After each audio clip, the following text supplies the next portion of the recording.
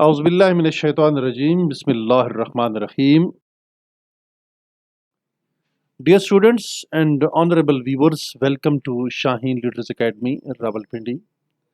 अज़ीज़ तलबा व तालिबात, आज का जो न्यू लेसन है जो कि अभी हम पढ़ने वाले हैं वो हम अंग्रेज़ी ज़बान की जो ग्रामर के मुख्तलिफ़ पार्ट्स ऑफ स्पीच हैं उनका जो इस्तेमाल है आपके सेंटेंसेस के अंदर उसको आज हम इंशाल्लाह तफसील से पढ़ेंगे। इंग्लिश टेस्ट नंबर 10 स्पेशली आप लोगों के लिए तरतीब दिया गया है और पाकिस्तान एयरफोर्स में जैसे कि आजकल इंडक्शन शुरू है, पाकिस्तान मिलिट्री एकेडमी के इनिशियल टेस्ट भी शुरू हैं, साथ पाकिस्तान नेवी और बाकी डिफेंस फोर्सेस के जो सिलेक्शन के इम्तिहानात हैं वो बिल्कुल प्रोग्रेस में हैं। तो हमारी इस फैकल्टी ने शाहीन लीडर्स एकेडमी रावलपिंडी ने अपनी अनथक कोशिशों की मदद से वो ऐसे टेस्ट तरतीब दिए हैं जिनकी मदद से आप अपने अंग्रेज़ी के पर्चे को आसानी से हल कर सकते हैं और ज़्यादा से ज़्यादा नंबर ले सकते हैं। और वो चीदा सवालात जो कि क्वेश्चन में बार बार आपके टेस्ट के अंदर प्रीवियस टेस्ट के अंदर रिपीट हो रहे हैं, वही क्वेश्चंस को हमने सेलेक्ट किया है और इंशाल्लाह जब आप ये वीडियो देखेंगे तो अपने आपके जो ग्रामर की वीकनेसेस हैं, वीक पॉइंट्स हैं आपके और जो कुछ आपकी एम्बिग्युइटीज़ हैं वो इंशाल्लाह क्लियर हो जाएंगी। Let's proceed to the question number 1 of English test number 10। सबसे पहले हम रीड आउट करते हैं क्वेश्चन नंबर 1 को। डियर स्टूडेंट्स, देखें, बहुत ज़रूरी बात जो कि मैं अपने अजीज़ तलबा व तालिबात से कहता हूँ कि आप अपने क्वेश्चन की स्टेटमेंट को ज़रूर पढ़ें। अगर आप क्वेश्चन की स्टेटमेंट को नहीं पढ़ेंगे तो आप अपने क्वेश्चन को समझ नहीं पाएंगे, तो लिहाजा आप अल्टीमेटली अपने ड्रॉप हो सकते हैं, अपने टेस्ट के अंदर आपके साथ प्रॉब्लम हो सकता है। तो लिहाजा क्वेश्चन की स्टेटमेंट को पढ़ना बहुत ज़्यादा ज़रूरी है। हर एक क्वेश्चन की, ये नहीं कि पहले क्वेश्चन को, हर एक क्वेश्चन की स्टेटमेंट को पढ़ना ज़रूरी है कि आपसे पूछा क्या जा रहा है। जो कुछ आपसे पूछा जा रहा है वही आपने प्रॉपरली रिप्लाई करना है, उसी का आपने जवाब देना है। तो अब हम जनाब प्रोसीड करते हैं अपने इस पहले क्वेश्चन की तरफ। पढ़ते हैं हम स्टेटमेंट को। Find the correct passive oblique active voice of the following sentences. अब देखें, आपके पास जो सेंटेंस दिया गया है, गिवन सेंटेंस है, यू आर वाचिंग टीवी। ये एक एक्टिव वॉइस है आपके सामने, इसको आपके सामने इन्होंने लिख दी है और मैं भी आपको ये बताना चाहता हूँ कि इस एक्टिव वॉइस को पैसिव वॉइस में कैसे चेंज करेंगे। डियर स्टूडेंट्स, आपको पता होना चाहिए, जैसे आपके पास जो पहला इसका पार्ट है सेंटेंस का, उसको हम कहते हैं सब्जेक्ट। सेकंड आप देख रहे हैं यहाँ पे हेल्पिंग वर्ब इस्तेमाल हो रहा है। चूंकि ये प्रेजेंट कंटिन्यूअस टेंस है तो इसमें सब्जेक्ट के फौरन बाद हेल्पिंग वर्ब का इस्तेमाल होता है। हेल्पिंग वर्ब के बाद जो first form of the verb होती है उसके साथ आप आईएनजी का इस्तेमाल करते हैं हमेशा, ठीक है। और आखिर पे जो ऑब्जेक्ट होता है वो बिल्कुल एट द एंड होता है, जिस तरह के यहाँ पे टीवी है।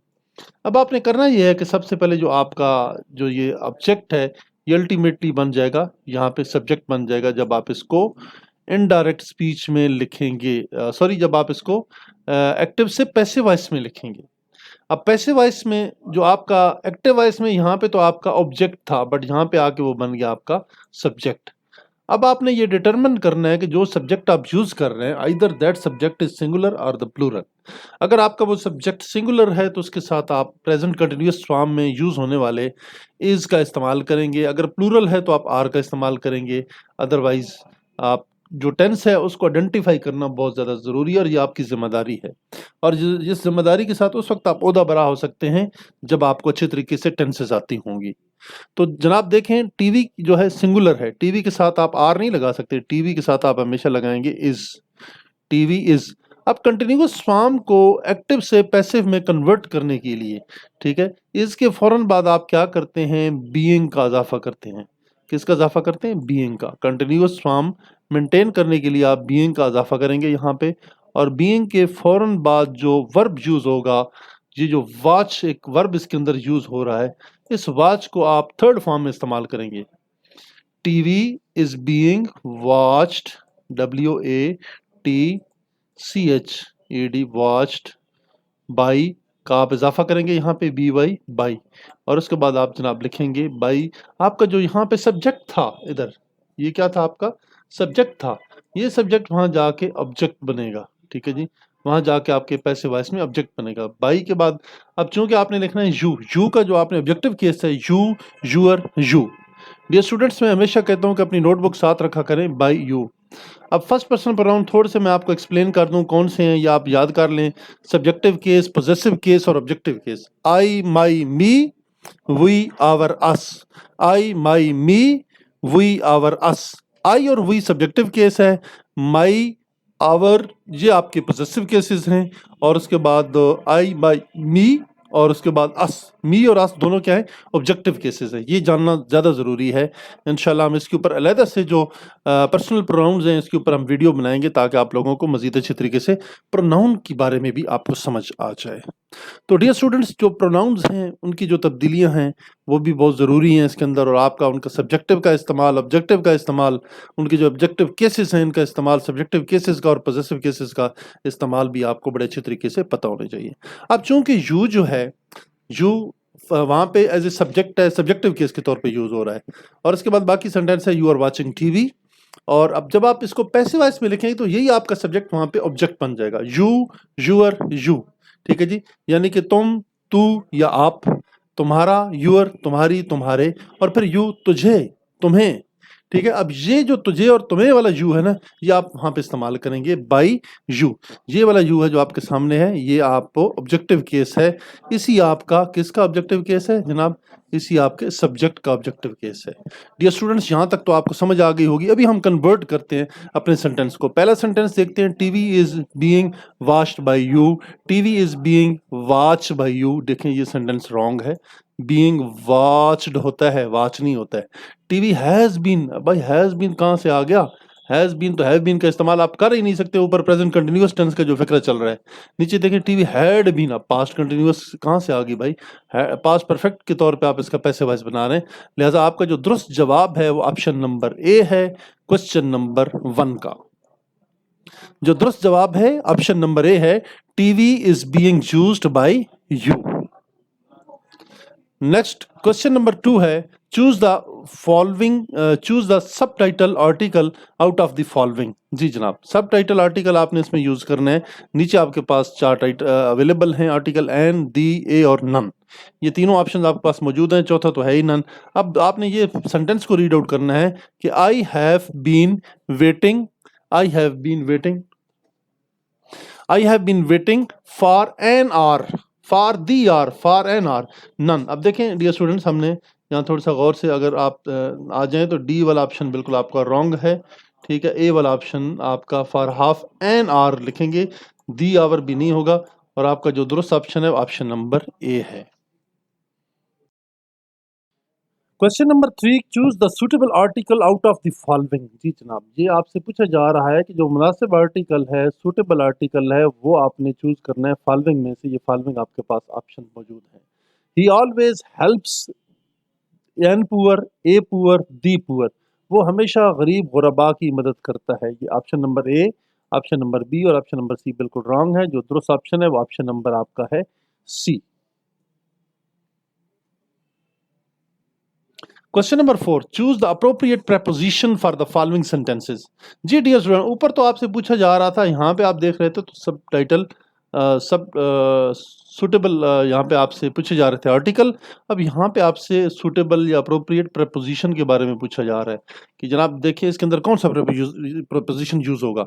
He speaks English his teacher, he speaks English. अब देखें ये ऑन टीचर ये भी रॉन्ग है, बाई टीचर ये भी रॉन्ग है, एट टीचर बाकी भी रॉन्ग है, और जो अपने उस्ताद कराम के साथ अंग्रेजी जबान में बात करता है, he speaks English with his teacher. जो दुरुस्त जवाब है क्वेश्चन नंबर 4 का। Dear students, question number 5, choose a suitable adjective for the following blank out of the choices given below। जी नीचे blank space है, इसमें से आपके सामने कुछ adjective दिए गए हैं। adjective क्या होता है, मैंने पिछले लेक्चर में भी ये बताया था कि इसमें सिफ्त को कहते हैं उर्दू ज़बान में, किसी किस्म की अच्छाई या बुराई को जो बयान करें, ऐसे अल्फाज को आप इसमें सिफ्त कहते हैं, इंग्लिश ज़बान में उनको adjective कहा जाता है। ए लाउडली वॉइस, ठीक है। अब यहाँ पे लाउडली जो लफ्ज़ है ये क्या है, एडवर्ब है। ये क्या है, एडवर्ब है। आप इसको हमेशा एडवर्ब के तौर ही यूज़ करेंगे और किसी और के तौर पे यूज़ नहीं कर सकते। ए लाउड वॉइस, ए लाउडनेस वॉइस ये भी रॉन्ग है। नन ऑफ अबव ये भी रॉन्ग है। जो दुरुस्त ऑप्शन है वो आपके पास लाउड, ठीक है जी। A loud voice is the correct answer. हमने क्या ढूंढा था इसमें, एडजेक्टिव। अब देखें ना, धीमी आवाज़, तेज़ आवाज़, बहुत भद्दी आवाज़, प्यारी आवाज़, सुरीली आवाज़, तो ये भद्दी, प्यारी, सुरीली, ठीक है, स्वीट, और ये इस किस्म के जो अल्फाज होते हैं ये हमेशा एडजेक्टिव के तौर पे इस्तेमाल होते हैं। लाउड का जो लफ्ज़ है it is very accurate and right one option for this question number 5। Question number 6, choose the appropriate preposition of the following. जी डियर स्टूडेंट, इसमें भी आपसे फिर अप्रोप्रिएट प्रेपोजिशन के बारे में पूछा जा रहा है। प्रेपोजिशन जिसको हम उर्दू ज़बान में कहते हैं हुरूफ जार, ठीक है। कल मैंने इसके ऊपर बहुत ज़्यादा लंबा लेक्चर भी दिया था और मुझे उम्मीद है कि मेरे स्टूडेंट्स जो व्यूअर्स हैं उनको समझ आ गया होगा। ये हुरूफ जार होते हैं, हुरूफ जार के तौर पे इस्तेमाल होते हैं, ठीक है जनाब। अब आपने देखना है कि वो कौन से हुरूफ जार हैं। He came to Kohat see me, he came to Kohat, वो मुझे कोहाट मिलने के लिए आया। He came to Kohat for see me कभी हो ही नहीं सकता। He came to Kohat by see me बिल्कुल भी नहीं है। एट सी मी बिल्कुल रॉन्ग है। जो आपका दुरुस्त ऑप्शन है ऑप्शन नंबर बी है क्वेश्चन नंबर 6 का। Dear students, question number 7. Choose the correct suitable adjective from the following blank spaces out of the given choices given below. Ji, a chair, breaking chair, broken chair, breakage chair, break chair. अब देखें जनाब, ये break जो है ये as a verb है, breakage as a noun है, broken जनाब आप इसको एज ए नाउन भी यूज़ कर सकते हैं और नाउन भी यूज़ कर सकते हैं और ये बिल्कुल दुरुस्त है। ए ब्रोकन चेयर। अब ब्रेकिंग जो है कंटिन्यूस फॉर्म में यूज़ होती है, लिहाजा यहाँ पे नहीं आएगा और एज ए जेरेंट भी ये यूज़ नहीं होगा। आपका दुरुस्त ऑप्शन है option number B to question number 7। टूटी हुई कुर्सी, टूटी फूटी कुर्सी, broken chair. Question number 8, the train reach the station in time, the train reached at the station. जी, अपने रेलवे स्टेशन पर पहुंची। जो दुरुस्त जवाब है आपके पास क्वेश्चन नंबर 8 का, वो दुरुस्त जवाब एट है। बाकी तमाम ऑप्शन बिल्कुल रॉन्ग हैं और ये आप इस जगह पे नहीं लगा सकते। सिर्फ एक ही ऑप्शन है वो एट वाला है, वो बिल्कुल दुरुस्त ऑप्शन है। क्वेश्चन नंबर 9 पे देखें, identify the subject in the following sentences. जी, कुछ नीचे अल्फाज दिए गए हैं, ठीक है, सेंटेंसेस दिए गए, इनमें से आपने क्या ढूंढना है, उनका सब्जेक्ट ढूंढना है। सबसे पहले आपको पता होना चाहिए सब्जेक्ट क्या होता है। सब्जेक्ट को हम कहते हैं जनाब उर्दू ज़बान में फ़ाइल, और अगर उर्दू में हम इसकी तारीफ़ देखें तो उस दिन मैंने आपको नोट भी करवाया था कि उर्दू ज़बान में फ़ाइल की क्या तारीफ़ है। काम के करने वाले को फ़ाइल कहते हैं, ठीक है, और इंग्लिश में हम उसको कहते हैं सब्जेक्ट। सब्जेक्ट क्या होता है, doer of any action is called subject, यानी किसी किस्म का कोई काम के ऊपर अमल करने वाला जो आदमी है या कोई काम करने वाला है उसे आप क्या कहेंगे, फाइल कहेंगे, सब्जेक्ट कहेंगे। She has made this mistake, उसने ये गलती की थी, ये वो गलती कर चुकी थी। अब इसमें देखना है कि सब्जेक्ट कौन सा है। फाइल काम का करने वाला तो शी है ना, तो बाकी तो सारे रॉन्ग हैं। दुरुस्त ऑप्शन है she. Question number 10, choose the synonyms of the given word. Dear student, ceremonial लफ्ज़ आपके पास सेरेमोनियल है, जिससे कहते हैं जी आम तौर पर, रस्मी तौर पर। अच्छा जी, आजकल क्या रस्म चल रही है, ठीक है, तो इसको हम कहते हैं रस्मी तौर पर, दैट इज कॉल्ड सेरेमोनियल। अब हमने लिखना है इसका सिनोनिम। क्या लिखना है, सिनोनिम। सिनोनिम कहते हैं इसका बिल्कुल मुतरादिफ अल्फाज, ठीक है जी, मुतरादिफ, मिलते जुलते, इसे क्या कहते हैं जनाब, मुतरादिफ अल्फाज। तो आपने चूंकि आपने सिनोनिम बताना है कि सिनोनिम क्या है इसका सेरेमोनियल का, तो आप उसमें देख सकते हैं जी, आपके पास रेगुलर है, ठीक है, ये भी नहीं हो सकता। आपके पास कैजुअल है, किसी हद तक आप कह सकते हैं, अनयूजुअल कह सकते हैं, कैजुअल कह सकते हैं, फॉर्मल भी किसी हद तक कह सकते हैं, लेकिन जो दुरुस्त ऑप्शन है आपके पास वो ऑप्शन नंबर डी है, फॉर्मल ही इसका ऑप्शन दुरुस्त है। क्वेश्चन नंबर 11, क्वेश्चन नंबर 11 में अगर आप गौर करें तो लिखा है identify the subject in the following sentences. आपने सब्जेक्ट बताना है, the train reached the station in time. अब यहाँ पे सब्जेक्ट कौन है, स्टेशन पे पहुंचने वाला काम कर रही है ट्रेन, ठीक है जी, तो ट्रेन पहुंची है स्टेशन के ऊपर एंड टाइम के ऊपर, ठीक है जनाब। तो इसमें आपका जो दुरुस्त ऑप्शन है वो है the train. The train reached at the police station in time. Question number 12, identify the subject in the following sentences. Some of the tickets were sold. जी, आपने इसमें बताना है कि सब्जेक्ट कौन सा है। अब मैं आपको बताना चाहता हूँ कि इसमें सब्जेक्ट कौन सा है, तो आप नोट कर लें अपने पास सब्जेक्ट। इसमें जो सब्जेक्ट है ये टिकट्स है, ठीक है, ये टिकट्स हो गया सब्जेक्ट, और उसके बाद वर जो हो गया आपका हेल्पिंग वर्ब, ठीक है, और उसके बाद जनाब सोल्ड जो हो गया ये third form of the verb है, ठीक है जनाब, ये third form of the verb है। तो ये इस्तेमाल होता है जनाब, third form of the verb आप इसमें यूज़ करेंगे, ठीक है जी। तो इसमें आपने ये थोड़ा सा देखना है कि आप आइडेंटिफाई कर रहे हैं इसके अंदर सब्जेक्ट को, कि सब्जेक्ट क्या है। Some of the tickets were sold, जो third form of the verb है वो सोल्ड है, लेकिन हमने ढूंढना क्या है इसमें जनाब, हमने ढूंढना है सब्जेक्ट। सब्जेक्ट जो है काम का जो करने वाला जिसके ऊपर एक्टिविटी हो रही है, ठीक है, वो है टिकट्स। दुरुस्त ऑप्शन जो है आपका टिकट्स वाला है। नंबर 13 की तरफ चले तो identify the subject in the following sentences. नीचे वाले सेंटेंसेस में आपने ये आइडेंटिफाई करना है कि सब्जेक्ट कौन सा है। द कार परफॉर्म्स इमोशनली, ठीक है, दिस कार परफॉर्म्स इमोशनली। इसमें जो दुरुस्त जवाब है वो आपका ऑप्शन नंबर डी है। Option number D is the correct reply to your question number 13। Question number 14 में आप देखें, choose the synonym of the word given below.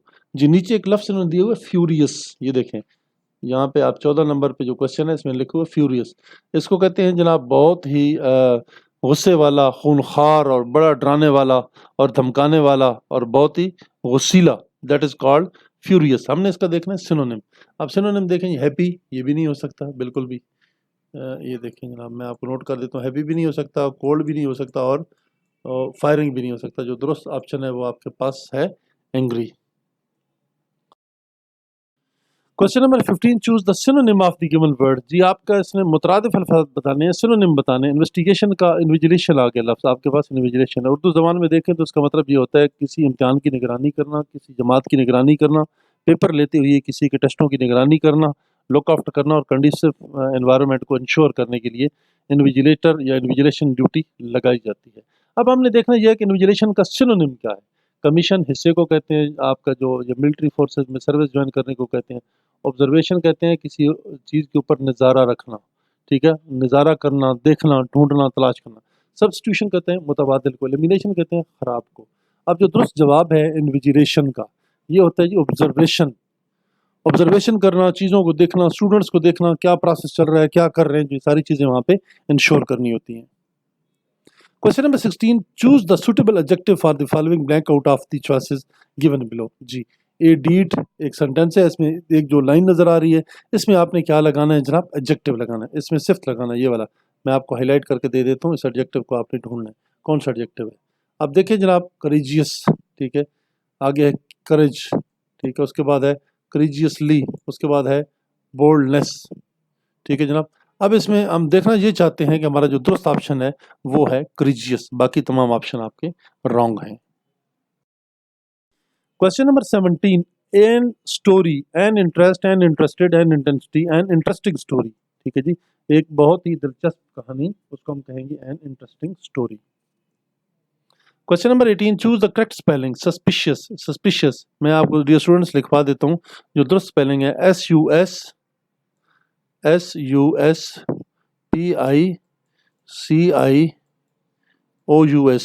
ये थोड़ा सा इसको लिखने में मसला आ रहा है, सही तरीके से लिख नहीं रहा, ठीक है। तो इसे हम क्या करेंगे, सस्पिशियस, SUSPICIOUS, सस्पिशियस। जो दुरुस्त स्पेलिंग है वो आपके सामने आ रहे हैं और ये ऑप्शन नंबर बी है। बाकी तमाम आपके जो ऑप्शन हैं स्पेलिंग वाले वो बिल्कुल रॉन्ग हैं। Question number 19, choose the correct spelling. फिर वही आ जी, कम्युनिकेशन, COMMUNICATION, कम्युनिकेशन, ये जनाब लगा हुआ है, आप देखें COMMUNICATION। ऑप्शन नंबर ए में लगे हुए, बाकी तमाम ऑप्शन रॉन्ग है। बिल्कुल दोस्त जवाब है A option. Question number 20, use the correct form of the verb. दुरुस्त फॉर्म लगानी है आपने वर्ब की। वन मस्ट ओबे, वन मस्ट ओबे, एक जो है बड़ा, उसको ओबे करना चाहिए। वंस पेरेंट्स, अपने वालिदैन का ओबे करना चाहिए, ठीक है जनाब। Let's proceed to the question number 21। जो इसमें हमारा जवाब है क्वेश्चन नंबर 20 में, ये है obey, first form of the verb, that is option number C. Question number 21 पे देखिए, use the correct form of a verb. You should go to school regularly, you should go to, goes to, gone to and will go to, ठीक है जी। यहाँ पे you should go to school regularly, तो फिर उसको आप पहले से इस पोजीशन पे रखेंगे तो वो अपना तैयारी कर ले। तो इसमें देखें जी, first form of the verb लगेगी, यू शुड के बाद आप गो लगाएंगे, you should go to school regularly. Question number 22, choose the antonym of the word given below. Dense, dense कहते हैं कसीफ, भारा, बहुत ज्यादा भारा, कसीफ। आपने केमिस्ट्री के अंदर भी ये सारी चीजें पढ़ी होंगी, ठीक है। तो इसका हमने बताना है एंटोनिम, इसका मुतज़ाद लफ्ज़ बताना है डेंस का। डेंस का मतलब होता है बेर, यहाँ पे आए जी, ये बिल्कुल नंगा है। थिक का मतलब है जी, ये बिल्कुल आप कह सकते हैं कमज़ोर है, कम कद वाला है। और उसके बाद जो दूसरा है थिन है, वो तो बिल्कुल ही पतला है, बिल्कुल बारीक है। और शार्प कहते हैं तेज़ तरीन को, बहुत तेज़, ठीक है, दैट इज कॉल्ड शार्प। अब हमने देखना है एंटोनिम क्या बनता है डेंस का। मेरी नज़र में जो बिल्कुल दुरुस्त ऑप्शन है वो ऑप्शन नंबर आपके सामने डिस्प्ले हो रहा है, वो ऑप्शन है thin. Question number 23, choose the antonym of the given word. जी, सेरेमोनियल का आपने एंटोनिम चुनना है तो क्या होगा? सेरेमोनियल को अगर आप दोबारा इसका देखें तो इसका एंटोनिम क्या है, मुतज़ाद अल्फाज क्या है, तो अल्टीमेटली आप इसको कह सकते हैं जी यूजुअल, यूजुअल, अमूमी तौर पे। ठीक है जी, तो इसमें आपका जवाब पूरा क्लियर है। Question number 24, choose the correct adverb from the following. अब आपने एडवर्ब ढूंढना है। Our teacher is always that day further fast hopeful, is always hopeful, इसमें आप ऑलवेज का इस्तेमाल करेंगे। नेक्स्ट देखते हैं question number 25, choose the correct adjective. Japan is a city, Japan is a rich city. तो यहाँ पे जनाब हमारा टेस्ट ये मुकम्मल हो जाता है। मुझे उम्मीद है कि आपको ये समझ आ गया होगा। बहुत ही आसान सा टेस्ट है, इंशाल्लाह हम आपके साथ शेयर करेंगे और इस टेस्ट से आप बहुत ज़्यादा फ़वायद उठाएंगे। इंग्लिश के स्पेशली पेपर में आपको बहुत ज़्यादा इसमें हेल्प मिलेगी, तो लिहाजा इस वीडियो को ज़रूर देखें ताकि आप इससे फ़ायदा उठाएं और आप आने वाले तमाम इम्तिहानात में कामयाब हों। तो जनाब इन्हीं अल्फाज के साथ आपसे इजाज़त चाहते हैं।